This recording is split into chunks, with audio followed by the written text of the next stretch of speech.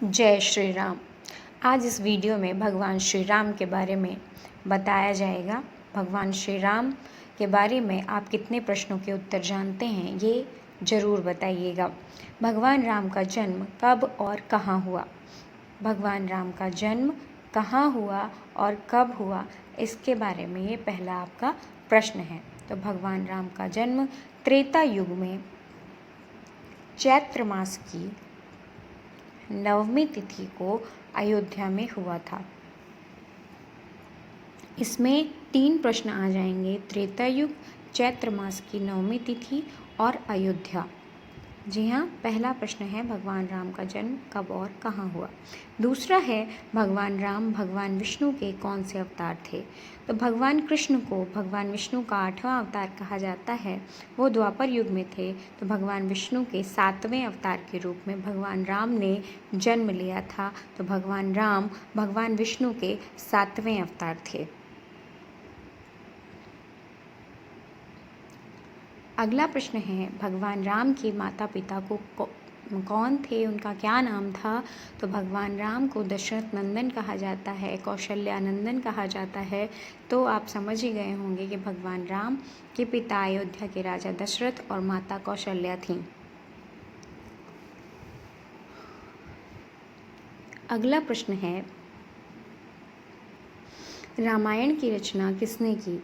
रामायण की रचना महर्षि वाल्मीकि जी ने की थी। महर्षि वाल्मीकि जी को सभी लोग जानते हैं कि वो पहले कौन थे और वो कैसे भगवान की शरण में आए और महर्षि बन गए।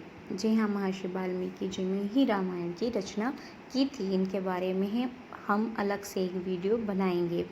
रामचरितमानस की रचना किसने की। तो रामचरितमानस और रामायण 2 ऐसे ग्रंथ हैं जिसमें भगवान राम का वर्णन किया गया है। तो रामचरितमानस की रचना तुलसीदास जी ने की थी, जो हर घर में अवश्य होगी। अगला प्रश्न है भगवान राम किस वंश में उत्पन्न हुए थे। भगवान राम रघुकुल के कहे जाते हैं, परंतु उनका वंश इक्ष्वाकु वंश था। जो इक्ष्वाकु थे वो भगवान सूर्य के पुत्र थे और भगवान सूर्य के पुत्र इक्ष्वाकु ने ही जो वंश शुरू किया, इसलिए इक्ष्वाकु वंश के वो कहे गए और इसीलिए भगवान राम को सूर्यवंशी भी कहा जाता है।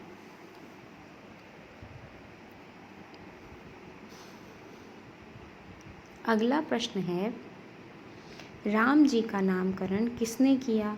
तो राम जी का नामकरण किया था महर्षि वशिष्ठ ने। जी हाँ, रघुकुल के वो गुरु थे और उन्होंने ही महर्षि वशिष्ठ जी ने ही राम जी को राम नाम दिया था। विष्णु सहस्त्र नाम में उनका कौन सा स्थान है, यानी भगवान राम का विष्णु भगवान के 1000 नामों में से कौन से स्थान पर भगवान राम का नाम लिखा हुआ है। तो भगवान राम का नाम 394 नंबर पर लिखा हुआ है, यानी 394 जगह पर भगवान का नाम राम लिखा हुआ है। भगवान राम के गुरु कौन थे। जी हाँ, अभी हम बता चुके हैं कि जिन्होंने भगवान राम को उनका नाम राम दिया वही उनके गुरु थे। उनका नाम था महर्षि वशिष्ठ। महाभारत में एक बात कही गई है कि एक राम का नाम हजारों देवताओं का नाम लेने के बराबर है। यह बात भगवान शिव ने कही है। राम जी के भाइयों का क्या नाम था। तो सभी लोग राम लक्ष्मण भरत शत्रुघ्न के बारे में जानते हैं। ये चारों भाई हैं। तो लक्ष्मण भरत और शत्रुघ्न राम जी के भाई थे। राम जी के बाद भरत थे, फिर लक्ष्मण, फिर सबसे छोटे थे शत्रुघ्न जी। राम जी को दशरथ जी से मांग कर कौन ऋषि ले गए थे। राम जी को दशरथ जी से किसने मांगा था। जब गुरुकुल से पढ़कर राम जी वापस लौटे तो विश्वामित्र जी आए और विश्वामित्र जी ने ही राम जी को दशरथ जी से मांगा। राम और लक्ष्मण जी को उन्होंने इसलिए मांगा क्योंकि उनके आश्रम पर बहुत सारे राक्षसों ने आतंक मचा रखा था और पूजा पाठ में बहुत व्यवधान उत्पन्न किया करते थे। विश्वामित्र जी के आश्रम में राम जी ने किन राक्षसों का वध किया था? तो विश्वामित्र जी के आश्रम में राम जी ने जिन राक्षसों का वध किया था वो थी ताड़का और सुबाहु। जी हाँ, ताड़का और सुबाहु का वध भगवान राम ने किया था और अपनी गुरु की आज्ञा का पालन किया था। अगला प्रश्न है, भगवान राम के चरणों से किसका उद्धार हुआ था? तो गौतम ऋषि ने अपनी पत्नी अहिल्या को श्राप दिया था कि वह शिला के रूप में हो जाएं। जी हाँ, पत्थर हो गई थी माता अहिल्या और भगवान राम के चरण पड़ते ही वह पुनः स्त्री रूप में वापस आ गईं। भगवान के चरणों ने माता अहिल्या का उद्धार किया था। अगला प्रश्न है, भगवान राम का विवाह किससे हुआ? वह कहाँ की राजकुमारी थीं?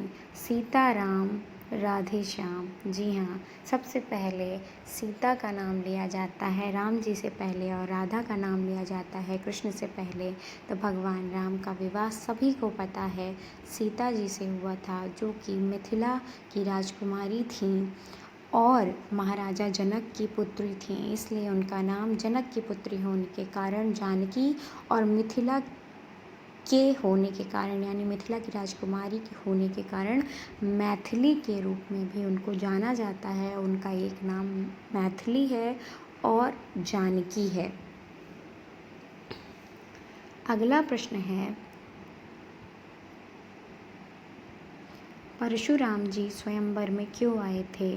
परशुराम जी ने ही माता सीता को धनुष दिया था, जो केवल माता सीता ही उठा पाती थी और कोई नहीं उठा पाता था। परशुराम जी को वह धनुष भगवान शिव ने दिया था और भगवान शिव का जो धनुष जिसका नाम पिनाक था वो टूटा था। उनकी टूटने की आवाज़ सुनकर वो वहाँ पर आए थे, क्योंकि राम जी ने उस पर प्रत्यंचा चढ़ाई थी, जिसके कारण वह धनुष टूट गया था।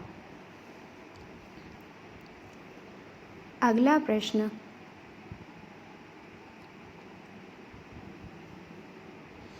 राम जी को 14 वर्षों का वनवास क्यों मिला? तो राम जी को 14 वर्षों का वनवास वचन निभाने की वजह से मिला था। दशरथ जी ने माता कैकेयी से कहा था, जो कि उनकी माँ थी राम जी की, उन्होंने वचन दिया था कि 2 वचन मैं पूरा करूँगा तुम्हारे। तो उन्होंने भगवान राम को 14 वर्ष का वनवास और भरत को सिंहासन देने की बात कही थी। तो दशरथ जी ने भगवान राम को वनवास दिया और भगवान राम ने अपने पिता के वचनों का मान रखते हुए वचन निभाने के लिए वो 14 वर्ष का वनवास उन्होंने ग्रहण किया। कहा जाता है ना, रघुकुल रीति सदा चली आई, प्राण जाए पर वचन न जाई। जी हाँ, उन्होंने अपने पिता का वचन निभाया और उनके वचनों के लिए वो वन में चले गए। राम जी के साथ कौन कौन वनवास गया था? जिसने हमेशा राम जी का साथ दिया, भगवान शेषनाग के स्वरूप लक्ष्मण जी और उनकी जीवन संगिनी माता सीता, दोनों ही उनके साथ वनवास गए थे और उन्होंने उनका कभी साथ नहीं छोड़ा।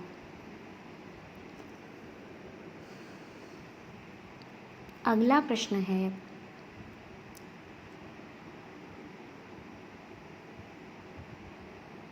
अगला प्रश्न अपन देखेंगे कि भगवान राम की बहन का क्या नाम था? सभी लोग राम, लक्ष्मण, भरत, शत्रुघ्न ये चारों भाइयों के बारे में ही जानते थे, परंतु राम जी की एक बड़ी बहन थी जो कि माता कौशल्या और दशरथ जी की पुत्री थी, वो थी शांता। जी हाँ, भगवान राम की बड़ी बहन का नाम शांता था, जो कि वो सभी भाइयों में सबसे बड़ी थी। भगवान राम के वह कौन से भाई थे जो 14 वर्ष तक नहीं सोए थे? भगवान राम के वो भाई, जी हाँ, वो थे भगवान लक्ष्मण। जी हाँ, लक्ष्मण जी ने भगवान राम को की सुरक्षा के लिए दिन में सेवा करते थे और रात में उनकी सुरक्षा करते थे। इसलिए उन्होंने निद्रा देवी से वरदान मांगा था कि मैं 14 वर्षों तक बिल्कुल भी ना सोऊं, जिससे मैं अपने भैया और भाभी की सुरक्षा कर सकूं और सेवा कर सकूं। ऐसे थे भगवान राम और उनके भाई। अंतिम प्रश्न है, केवट की शर्त भगवान राम ने क्यों मानी? केवट जान गया था कि राम जी साक्षात भगवान विष्णु के अवतार हैं और केवट ने कहा कि मैं आपका पैर धोना चाहता हूँ, तो राम जी मना करने लगे। तो केवट ने शर्त रखी, जब तक आप पैर नहीं धोने देंगे तब तक हम आपको नहीं नाव में बिठाएंगे, क्योंकि उसने अहिल्या के बारे में सुन रखा था। अहिल्या जी के बारे में उसने बोला कि अगर आपने मेरी नाव पर, क्योंकि केवट ने कहा कि अगर आपके चरण पड़ते ही मेरी नाव भी स्त्री ना बन जाए, यानी हमारी नाव पे भी अगर आपने अपने चरण रखे तो वो भी स्त्री बन गई, तब भगवान जी मुस्कुराए और उसे अपना चरण धोने दिया और केवट का उद्धार हो गया। जय श्री राम।